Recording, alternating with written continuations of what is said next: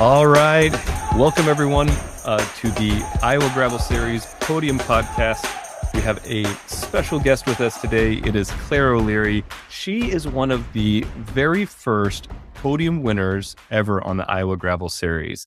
Back in, way back when, in 2021 at the Waukon 100, Claire came in first and just decimated the field. It was so much fun to watch her. And recently, we reconnected over some really cool things that she's doing. And so we thought it was an awesome opportunity to get Claire here on the podcast and catch up on what she's doing, because this podcast didn't exist back in 2021.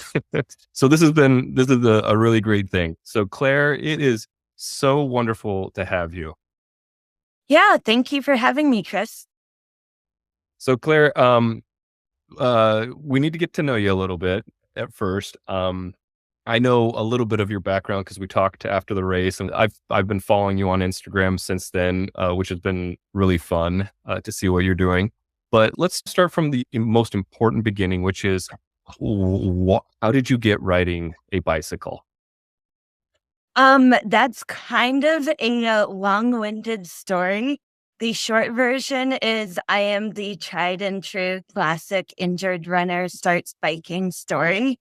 But my story was a little bit less linear than a lot of times that whole story goes. My older brother, Mark, is a big fixture of the racing scene in upstate New York, and for years had been heckling me to buy a bike and do a rail sport and things like that. And he even sent a postcard that said that.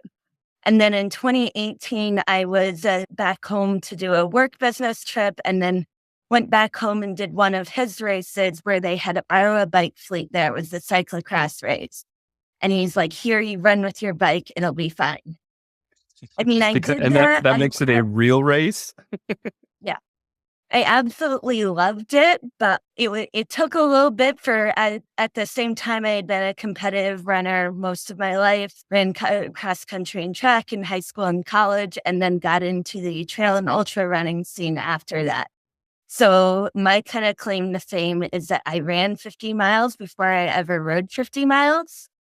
So still kind of making that transition. And then towards the end of the pandemic, 2021 or so, I really started to see myself as more of a cyclist, like really train on the bike and, put the running shoes away a little bit and kind of make that transition more primarily off-road and gravel. Oh, wow. And that kind of brings us to where we met at the Waukon 100 at that point. Well, I think you did a fantastic job of like making that very concise. That's really cool. It really is amazing to think of. I have not done an ultra run like a 50 miler or anything like that. Just out of curiosity, how does training and preparing your body for a 50-mile run versus some of these bigger, I know you've done Unbound and Gravel Worlds, some of the larger races. How does that compare for you training between running and cycling? Ooh, there's a lot of things the same and then a lot of things different as well. I'll say for running, runners tend to go by like gut or feel or vibes a lot more than cyclists with their power meters and their data and everything. And sometimes I kind of miss that. And sometimes I just get back to it too, of like, I'm just going to play around in the woods on a mountain bike with no power meter and just have fun today. Like the only metric I need is like how many miles I have during that. Oh, wow. Yeah, that's a good point. And I mean, kind of as a data geek, that's actually why sometimes I struggle with my running is I'm like, how am I really doing? I'm always wondering, I'm like looking for some weird validation or something like that. But you're right. It is freeing when you don't have to worry about it. You just start the watch and you're going to run for a while and you go and you just say, okay, it's going to be an easy run and go. So yeah. Keep it simple. Well, cool. I want to highlight just kind of the few things that I hope we get to today. I want to talk about some of the racing that you've done since Waukon, but also I want to talk about the main reason that we got reconnected, which is the Driftless Gravel Camp, which you started out doing in 2022, correct? Okay. No, 2023. Just this past year, we had our first camp in April. Oh, okay. So you're going into your second camp that's coming up. Correct. Okay. So let's go back in time a little bit then and talk about what's happened with your racing since Waukon 100. I know you've done Unbound. I know you've done Gravel Worlds. Tell me a little bit about what you've learned over the last couple years. Wow. Okay. So I did Unbound 2023, which is the mud year, quote unquote. For me, the mud was not the big part of my race story for that day. I've also done Gravel Worlds in 2022 and 2023 for the 150 version. And I really love that race and I love the community around it and just how big it is, but how much a homecoming it feels at the same time, even with all the sponsor banners and everything that's going around with it. And then other racing besides that, just a lot of local racing. So I'm based in Minneapolis and do a lot more towards the Minnesota side of things. But I got to go to Core 4 in 2022, the first year that they did that. And that was one of the most fun races I've ever been to. And then a lot of adventure rides too in the meantime. Ooh, so what do you qualify as an adventure ride? Usually it's equal parts like logistics and then just a big day on the bike and at least mildly stupid in whatever the plan is but just a big ride out. I really love point to point rides and escaping car trip by just going out and doing something. The biggest one was I tried to ride to Easter this year and there was a 20 to 25-mile-an-hour headwind all day.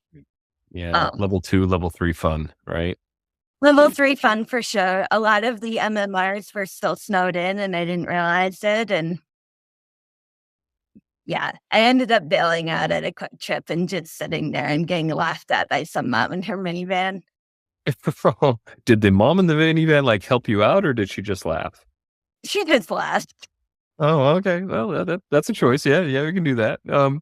I have been looking at different kind of things in that vein of an adventure ride. I've done some easy adventure rides, I would call it, because they're, there's a ride provided by the San Juan Hut system out of Grand Junction, Colorado into Moab, Utah. That's a 3-day and it has huts in between, which is a lot of fun.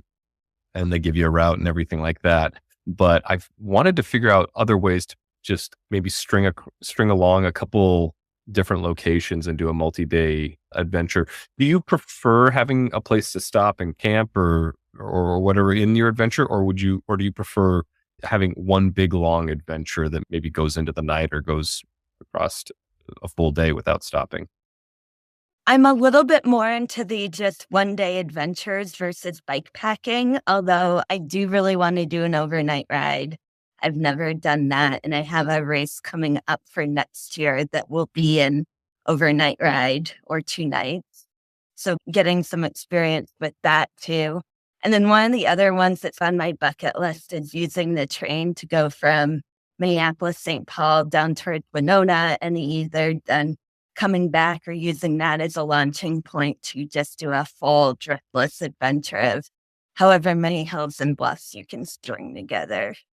Oh, that's a good idea. I know that's something that I've done in Europe where you have trains available over the place where, yeah, you can just basically put the bike on the train and then go off.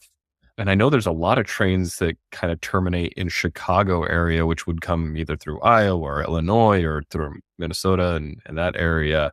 What's the distance that you end up doing when you do that Winona trip and come back? Ooh, I haven't done it yet. There is an established route called Chase the Train, and I don't know the distance on that. I know that or making the straightest possible line is about 140 miles. Yeah. And that qualifies as a good adventure day. Absolutely 140 miles. What's the adventure or the race that you're signing up for that's going to be potentially a couple days? That's called Haywood 390. It's out of Northfield, Minnesota, and it's run in conjunction with a few shorter rides too, including Haywood 55 and 110 that kind of run from, it starts a little bit south of the Twin Cities and it kind of runs into that driftless area of southeast Minnesota. And it's a little bit TBD. I mean, there are chances that I won't make it to the start line, but I've always been really curious about the ultra cycling scene because I did come from ultra running. And granted, like a 9-hour run is a lot different than being on the bike for 36 to 40 hours. But Yeah. I'm excited to see what happens. And if I only make it through the first night and I end up taking the train back from Winona, there's no skin lost in that too. Yeah. What time of year is that race? April 18th or something like that. So not April, May. I'm sorry. Oh, May. Okay. Yeah. Yeah. So That potentially better weather, but it could still snow. yeah, especially in Minnesota, you've got that altitude or the a little bit farther north than us. Because I do know some folks that have signed up for the Iowa Wind and Rock, which is the 340, kind of the longest, as far as I know, the longest distance race in Iowa, the spiritual successor to Trans Iowa and everything. And that one's in April. So yeah, I'm in kind of that same camp of like curious, excited, but yeah, you don't know if you'll really make it to the start line depending on just how things go, because that's a time of year where there's just a lot of factors that could make it maybe a bad idea to do it. Yeah. Let's. I did want to go back to Gravel Worlds, I believe 2023, where you podiumed. No. Wait.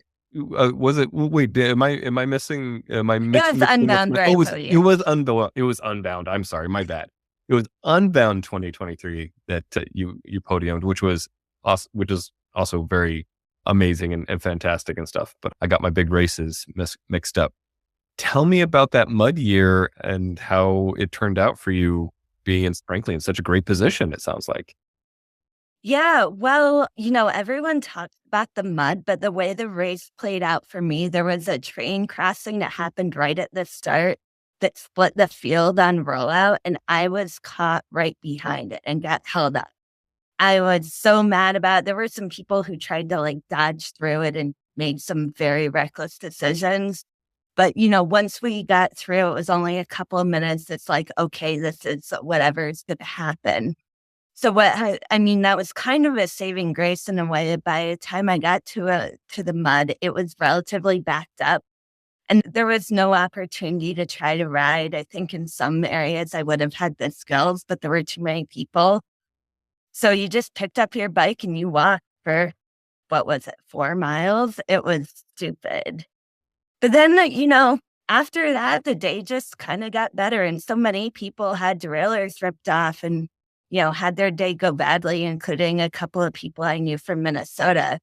And around a mile 100, I'm getting kind of passed slowly by a train of people. And I look to my side and I see someone or a kit that I recognize. And I'm like, Steve, what are you doing here? It was a local racer who should normally kind of be leading the Masters men field.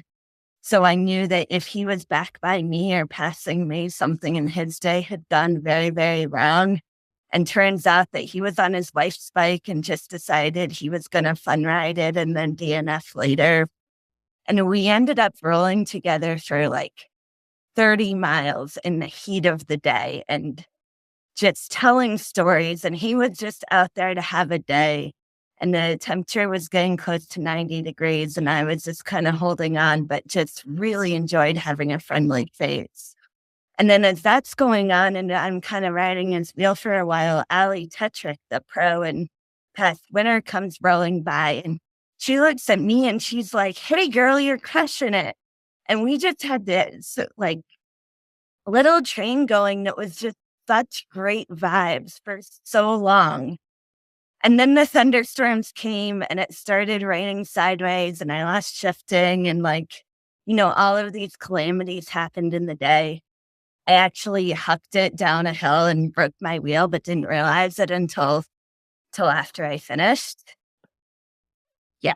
Well, I'm kind of glad I didn't know the rim was broken, but Right, because you probably would have stopped, right?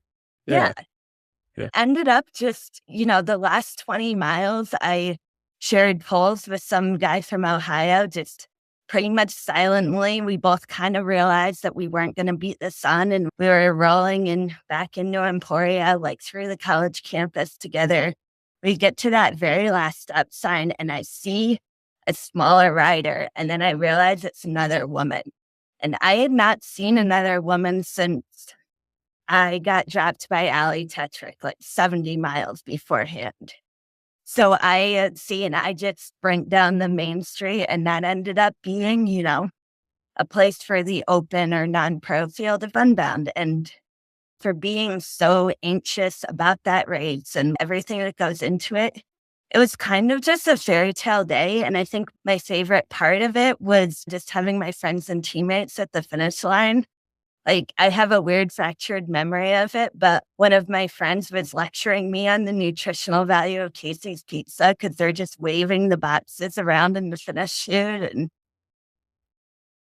Oh, wow. Tell me a little bit about what you expected going into that race, and then maybe what as you reflect on it, how your expectations maybe changed through the day. I'm a pretty analytical racer. Like, I probably had a 5-page Google Doc of like what I expected to do between each checkpoint. I had split the race in between each major town checkpoint and what I expected to do, what I expected to eat, major course features, and it all went out the window.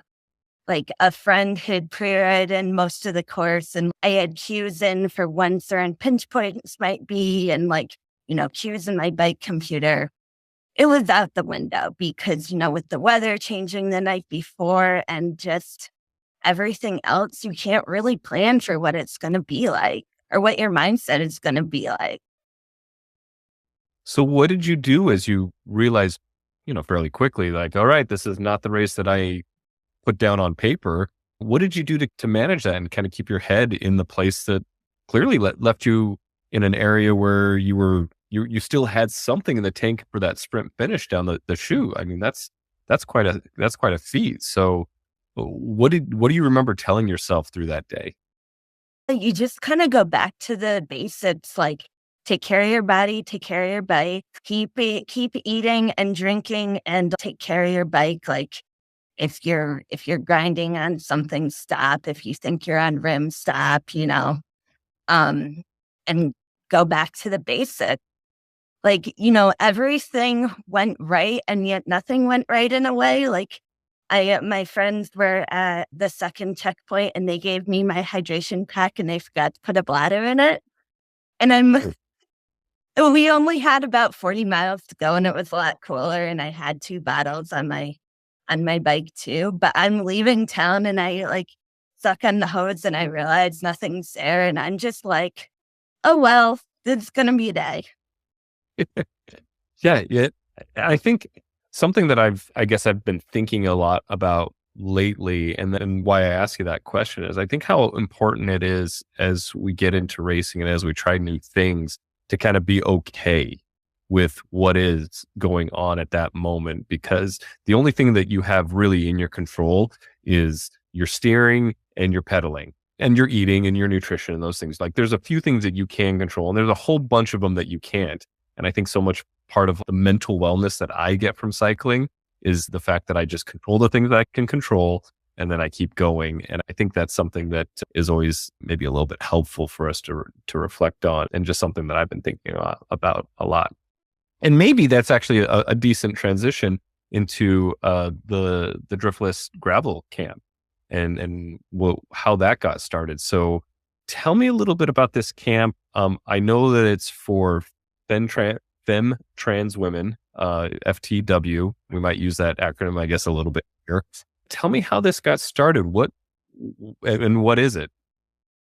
Yeah. So going off on your segue, I think having the skills and the confidence is really the groundwork to be able to adapt as things go wrong and know that you can handle your bike and your body and trust in your training, and you just make the day out of it, whatever happens.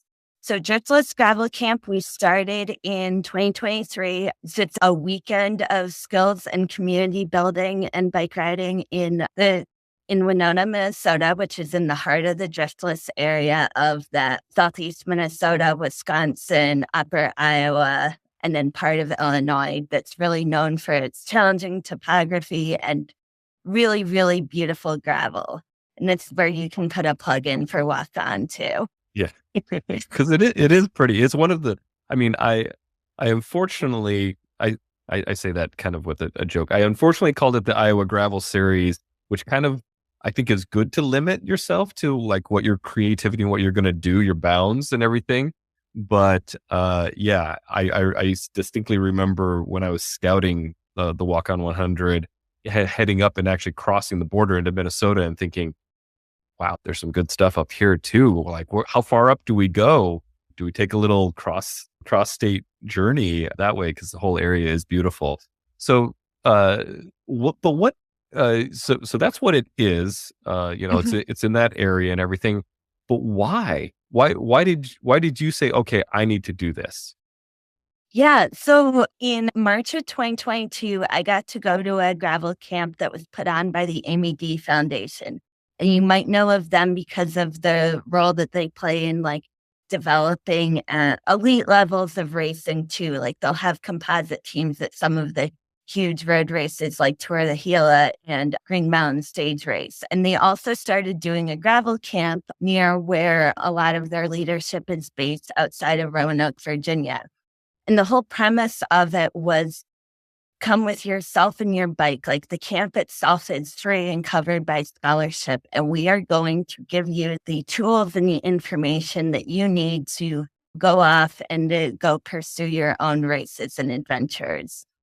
And I flew myself to Roanoke, Virginia with my bike. It was, I think, my second time flying with a bike and my first time having to build it up all by myself. And the first thing we did is we rode straight up a mountain on double track. And I learned I had never descended a mountain before on pavement or on gravel and got to descend following the wheel of a pro cyclocrosser, and just the amount of skills and experience that I gained. Like it was the first time where confidence, skills, and fitness had come together for me on the bike. And to go home, and then within a few weeks, we're into the gravel racing season in the Midwest, and really applied that to race my first century on gravel and to apply all the skills I had learned. And then as that 2022 season continued on and like racing Waukon and Gravel Worlds and so many other races, I started to see how big of an impact that had on me and how much I wanted to try to make something like that in the Midwest. So some pieces started falling together, including getting some help with the event management and logistics side. I am not a perfect person as far as reading insurance quotes and navigating that whole process. It's important, but it is so confusing. Yeah, yeah. I think anybody who's been a race director, there are certain parts of doing those things, putting on a camp where you're like, this is not my favorite. This is not what I want to be doing, but I'm pushing through it because of something else. So you're definitely not alone. But yeah, keep going. At what point do you remember the moment where you're like, I think I need to do this? Yeah. So I had been floating around the idea and had put it at the bottom of a goal spreadsheet that I sent to my coach of like Gravel Camp 2.0. And he lives in Winona and has an Airbnb under the Work Cycling Services banner, just as a plug for him. And he replied, I'd love to do it to help out. Like, you should do it here. And that was kind of like, oh, like maybe there is the infrastructure if I wanted to do this, but I wasn't sure if I wanted to make the leap. And then flashing forward a little bit to October 2022, I made it just a really quick trip out to West Virginia for the funeral of my uncle. It was a full military burial on top of a mountain in West Virginia. And just remember watching my uncle and my other uncle and my dad saluting their brother's casket, and what a moment that was, and hearing taps and everything. I fly back to Minnesota, get home, grab my bike, do like in and out intervals around a suburban lake. Like, a really dumb workout, but I have taps stuck in my head. And I'm just thinking, like, throughout the whole season, I had been thinking about how I can show up and give back to the cycling community. Like, as I'm growing and taking more from it, like, how can I give back too? And it was then where I'm like, okay, this is a go. And then from there on out, things just started to snowball. People caught wind of the plan, and we had a little bit of a planning team going. And I was just overwhelmed by the amount of support that came out from like people of all genders who are like, I see this need and I want to help. That's amazing. That's is one of those things where when we're available, like you said, the fitness comes together, the skills come together, the tools come together. There's something magical that happens sometimes when we put these ideas out there and we let them bake, and then you find the right time that whatever it is, the universe kind of speaks to you. And I definitely feel like I have the same experience. I go out and do a stupid ride somewhere, and that's when I get the idea that, okay, this is the next thing that I need to do. It is, for all intents and purposes, the best prayers that I ever give are with my handlebars in my hand and my butt in the saddle. And I don't know how that happens, but that's the way it tends to work. And so that's really beautiful and special. So it starts coming together. What's the mission? What is the goal for Driftless Gravel Camp? Yeah, the mission statement, as I crafted as a good copywriter, is that's my job too, is to encourage and equip FTW cyclists to pursue off-road races and adventures. Well, what does that mean?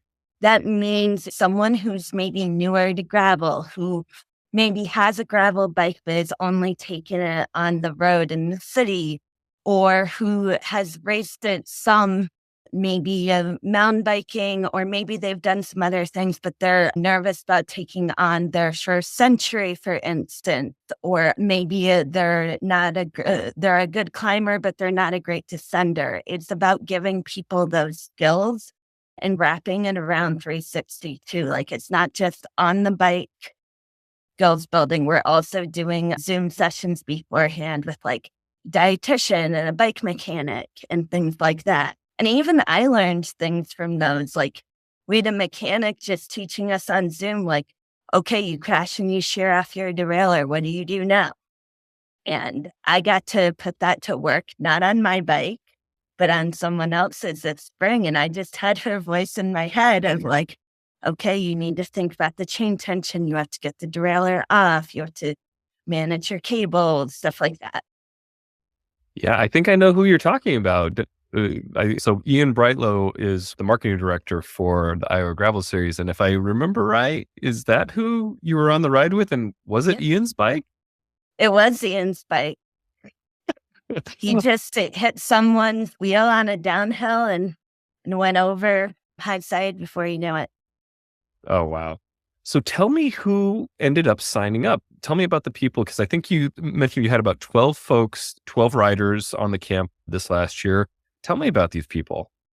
Yeah, so we did it free of charge. And that was really the really cool thing about this, is because I wanted to replicate what Amy D Camp had done of like, we're not out here to make a profit. We're out here to build skills and community. So we had an application process and we were absolutely overwhelmed. I think we had more than 35 applicants from like 7 states. It went way broader than we ever expected. We ended up kind of zeroing in just on Midwest riders, most of whom were from like the Twin Cities metro of Minnesota, but we also did have a rider from Iowa City too, and some people from like the La Crosse, Wisconsin area. Okay. So what did you notice as you brought this group together? Like, what where did you kind of see them start and where did you see them end? It was a really wide cross section of riders. I put in a deposit for my gravel bike right at the start of the pandemic, and I just got it a few months ago, to someone who was a little bit older and nearing retirement. And her goal was that she wanted to spend less time working and more time on her bike and doing what she loved. Another applicant who I absolutely loved is what I would call a cyclocross mom. she's always posting on Instagram of how they get like 6 bites on their Subaru or something. It's, the whole family loads up every weekend and they're going to Wisconsin and across Iowa to cyclocross. And hers was about how, like, I support my husband, my kids racing, but it's my turn. And I did run into her at a race this year, and it was so cool to see how she has taken her turn this year and applied a lot of what she learned too. Wow. So format wise, it sounds like you start off with some Zoom sessions. So you're it's more of like an unconference at that point, or some prep ahead of time. So dietitians, mechanics. What else is in those Zoom sessions before you come together?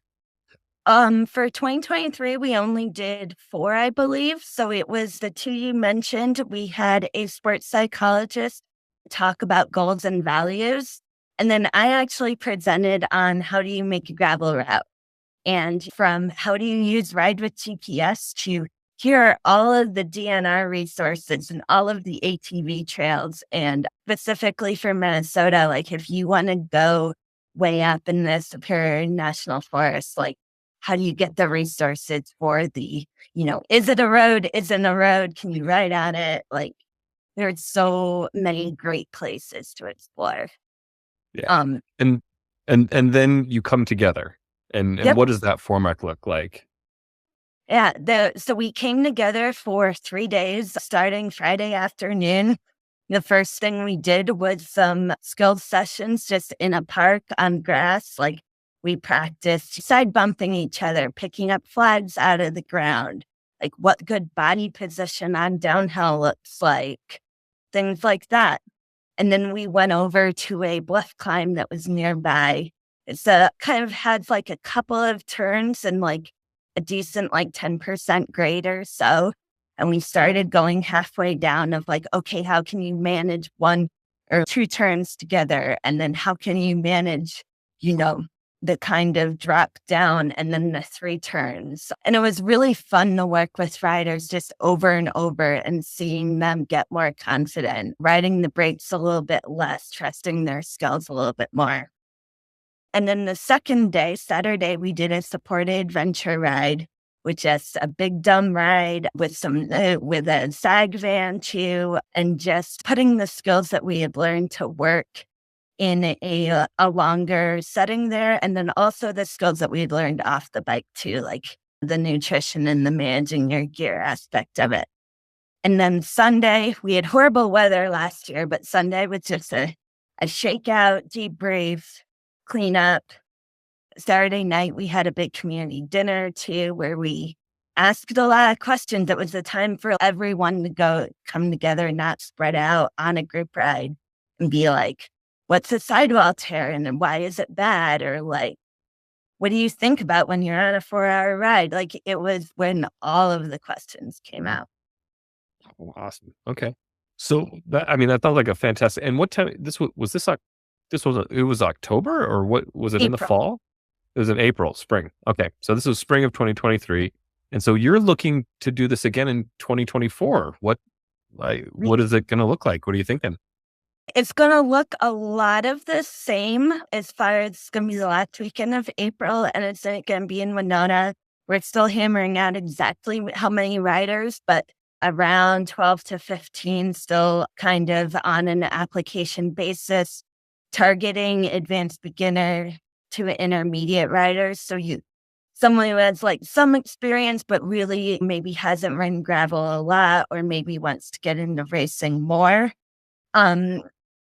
I am yielding leadership a little bit. We have a broader team of 4 of us that really brings in a lot of different skill sets. For instance, someone who's worked in nonprofit and a professional project manager who keeps us all in line, where I get to, I don't know if we decided what my nickname was, but I get to go in and go ride my bike and go sending it down hills and teaching people that too.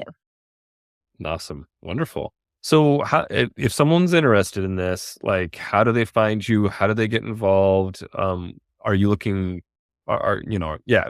How does someone find you and how does someone get involved?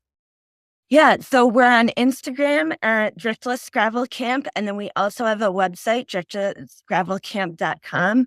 As far as the timeline for 2024, we're hoping to open up applications in February, and then it makes a decision during that month as well, so that riders will have a lead in to be able to like train and prepare, and for us to do all of those Zoom sessions and stuff ahead of time too, and then camp at the end of April when we all get to come together.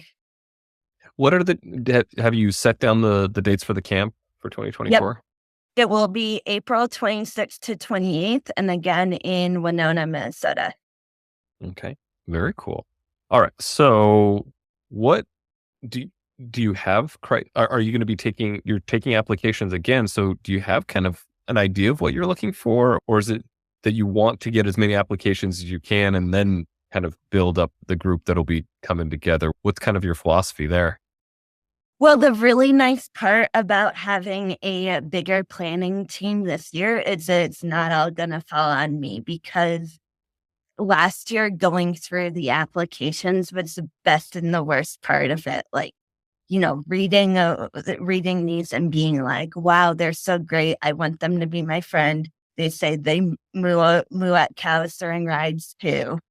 But as far as what we're looking for, we're still narrowing that down, but definitely more of a beginner focus, like giving people the tools they need to get started and get going. Like if you're riding Unbound 200, it's probably not exactly what you're looking for. And I know that there aren't a lot of skills camps around, but it's to take people who maybe aren't comfortable cornering on gravel or aren't comfortable on longer rides and give them the tools they need to be able to do that. Very cool. Who who do you have sponsoring? Because there's no fee, right? It's all under kind of a scholarship model, much like the Amy D Foundation. So, what's your relationship with sponsors, and are you looking for more sponsors? Yeah, we don't have anything inked for 2024 yet. So don't want to speak too soon on that, but getting a lot of support from the local community, both in like brands that are based in Minnesota, but also in the local community and individual donors too. With being able to get the seed money to get the initial things like insurance that we need to get off the ground already covered. As far as getting in touch for, partnering, we would love that. And that can come in a lot of different forms too, like obviously cash, but also if you're a race director and you want to offer some entries for riders to be able to do their first race, or, filling needs with gear too. We had a few riders last year who did not have enough bibs for the entire weekend. And I bought a set of bibs out of my own money, not out of the camp money, so that this rider would be able to make it through the weekend and have fun and successful rides. Oh, wow, that's great. Well, okay, so we did not talk about this ahead of time, but you mentioned it, so I'm gonna offer. Have you talked about the Glenwood Super Bloom, and would that be something you'd be interested in having a few registrations comp to get folks to come out to the Glenwood Super Bloom in September of 2024? That would be awesome, because I know the idea of having like an all women's race, I think is really cool. And as someone who's comfortable kind of pacelining with the men and holding my own, there's also sometimes that intimidation factor of like, I went to a race ride earlier this May where I was the only woman with 40 dudes. And we started that ride and we went straight up a bluff. And up that first climb, my only thought was, don't be last, don't be last. But the point I'm trying to make is that at all levels, I think it can be really quick to feel out of place in the cycling community as a woman. And I absolutely love what you're doing with Super Bloom. And when you first told me about it, I was really, really excited. And it is a little bit farther from Minneapolis. And I'm planning that probably a lot of our camp riders will be more Minnesota than Iowa, but would absolutely love to take you up on it. Thank you. All right. Well, we'll figure something out there. And to be clear, this wasn't my idea. Like the whole idea was with the Glenwood Super Bloom was Julie Bohr from the Prairie Bloom. She started Prairie Bloom in Omaha, Nebraska, and we just got to know each other a little bit through the races and her club and team, or I guess it's not so much her club and team. I don't think she would think of it that way, but the Prairie Bloom club and team coming out and supporting races and being at the races in Iowa Gravel Series. So Julie is really the driving force behind this. And I am just a very willing and supportive person that just, I love to learn and grow with this. And I feel like there's so much that we can all learn from this idea of like what happens when you have a somewhat, well, no, very much a male dominated sport. And you say, let's not focus on the male dominated part of it. Let's focus on the, the women dominated and what happens. Claire, what else should we hit on maybe before we wrap up? What else do you think would be helpful for you in supporting things, or is there other maybe other topics that we maybe didn't get to yet? Well, as far as camp, and you mentioned how you were excited for what you might learn, and when you just have women together in a space that's traditionally so male dominated. I think at our community dinner during camp this past year in 2023, we really saw that. Like we were just having a general Q&A and get a younger rider who also is a runner turned cyclist. It's like, wait, tell me about chamois. Like, are you supposed to use chamois cream? Like, I don't understand this. And then the people got very opinionated and passionate about this. But she felt comfortable talking about like a sensitive topic and like something where she hadn't really been able to find the answers and no one had necessarily told her. Yeah. Yeah, that comfort level. I remember being very intimidated when I got into cycling in California, in the Bay Area. I'd been a recreational cyclist, but then I started showing up to these events there, and it is scary. It is intimidating. So having a group where you feel safe, where you feel like, hey, I can ask any question here and it's going to be okay, I think is very cool. And I think we're also looking at some ways. I know Julie's looking at some ways with Super Bloom to make it more accessible for women to be there. So, if you have any other insights that you might suggest for us as we're looking at going into this event, given that you have some experience with putting on a femme focused event, what else do you think we maybe should be thinking about? Some of the questions that we got, especially beforehand, really surprised me and they shouldn't have. Like I was fielding a lot of bike computer questions. And as a hardcore Wahoo user, I was like, I don't know about Garmin, but was able to direct them to someone else and that, wait, how do I get my route on my computer? Or like back to what I talked about for camp, like how do I make a good route of somewhere I've never been and have like a decent confidence level that it won't be a horrible trash route? Yeah. Oh, that's a good point. Like navigating, figuring out your training. Where do I go? What's going to be interesting? What's not going to be boring? And then yes, that bike computer stuff. Cause I'm a very geeky. I love my geeky stuff. I love it. But I know that there's a lot of stuff that I can do with that Garmin. On this last race that I did late in October, I finally turned on the meal reminding tool, meal and nutrition tool that's on my Garmin. And it was great. It was fantastic to have that, like for a much longer race than I've done before, to have that reminder be like, hey, we're looking at your heartbeat. We're looking at your power output. You should probably drink. You should probably eat. Like using those tools and resources, all I had to do was kind of like look up the instructions and figure out how to turn it on. But having someone or having some group, a place where you can kind of like learn how to use a Wahoo or a Garmin or a Hammerhead and things like that, that would be a really interesting, clinic or resources to provide. Those are good ideas. Well, Claire, this has been fantastic. I've just enjoyed this so much. I'll make sure to put in the speaker notes links to the Driftless Camp and anything else that you think would be important in terms of contact info. But thank you so much. This has been a fantastic I've learned so much from you. Thank you so much. Yeah, thank you so much for having me and for the work you do with the Iowa Gravel series. Pleasure. All right, we'll catch you later.